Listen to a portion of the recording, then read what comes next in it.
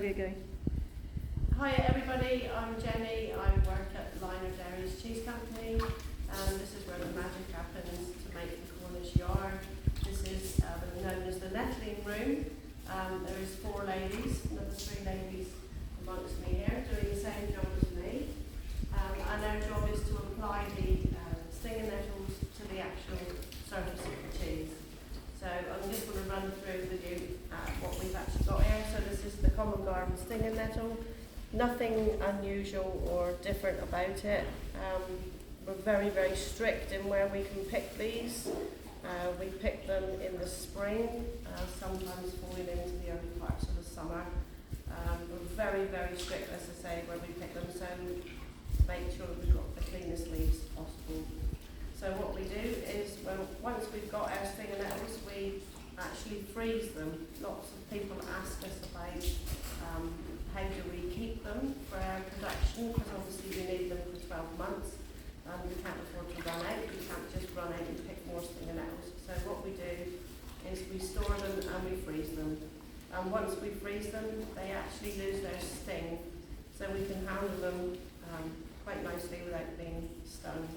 So this is the nettle. So we've got a shiny side, which is that side, and we've got a furry side where the little barbs are. This is where you're going to get stung if you're out and about.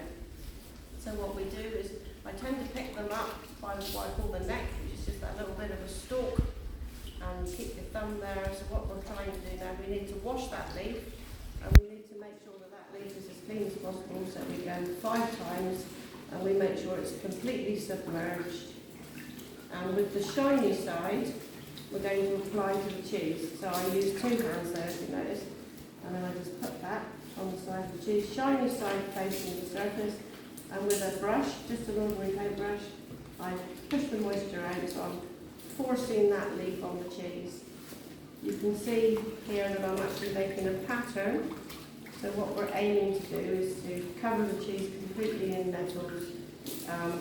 We're okay to leave gaps because the actual mould that we're encouraging to grow will grow in between the gaps and make it a lovely Christmassy, quite a nice little frosty look to the actual surface of the cheese when the cheese is mature to go out the door to be wrapped.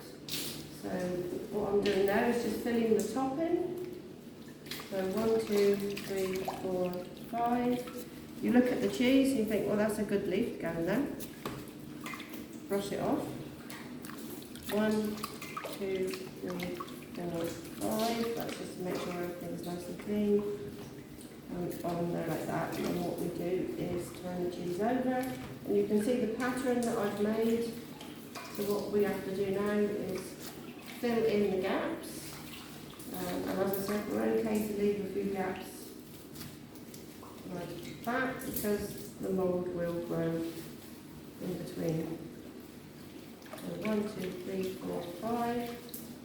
We often get asked if we grow our own. They're very temperamental things. They'll only grow where they want to grow.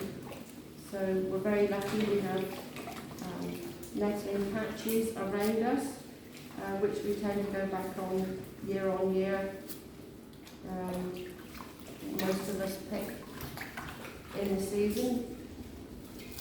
And then what we do is we just keep covering the cheese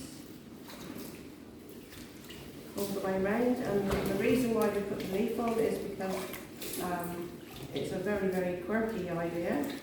It gives us a way of preserving the cheese, an old-fashioned way. And it also gives it quite an earthy, mushroomy flavour when you actually taste it. So I'm just going around the edge of the cheese, making sure shiny surface is against the cheese, like so. And go in the top, so we can leave a gap or 2, that's fine. You tend to eye the leaves up in your little pile that you've got, and you can work out where they're going to fit in. And like there, I only need a small one, so I'll just go like that. Get the moisture out, and then what we do is take that off the cake wheel, and we put down there So that is a cheese already done. And then we go for another one, which is what we call naked, basically, because it's just there's no leaves on it. And then we start the process all over again. Right. Okay, so once the cheese has been completely covered in nettles, we bring it down to our maturation rooms, and this is where we store it. It gets stored for 3 weeks. So what we do is we make sure we've got a tray available, and then we put the cheese onto the tray, like so. You can see the little gaps I've got there, which is fine. It's labelled at the top, so we know what batch it is. It's labelled at the end, so we know what batch it is, so there's no confusion. And this is where it gets its lovely, it matures into a lovely Christmassy, frosty look. And you've got that lovely little mould that we're encouraging to grow. Okay, so after the cheeses have been in the maturation room for 3 weeks, you can see what effect the mould growth has done. So you can see this lovely white, fluffy, crispy mould which we've encouraged to grow, but you can also still see the shape of the leaf, so you've still got that lovely nettle look. So this now is ready to wrap in our wax paper.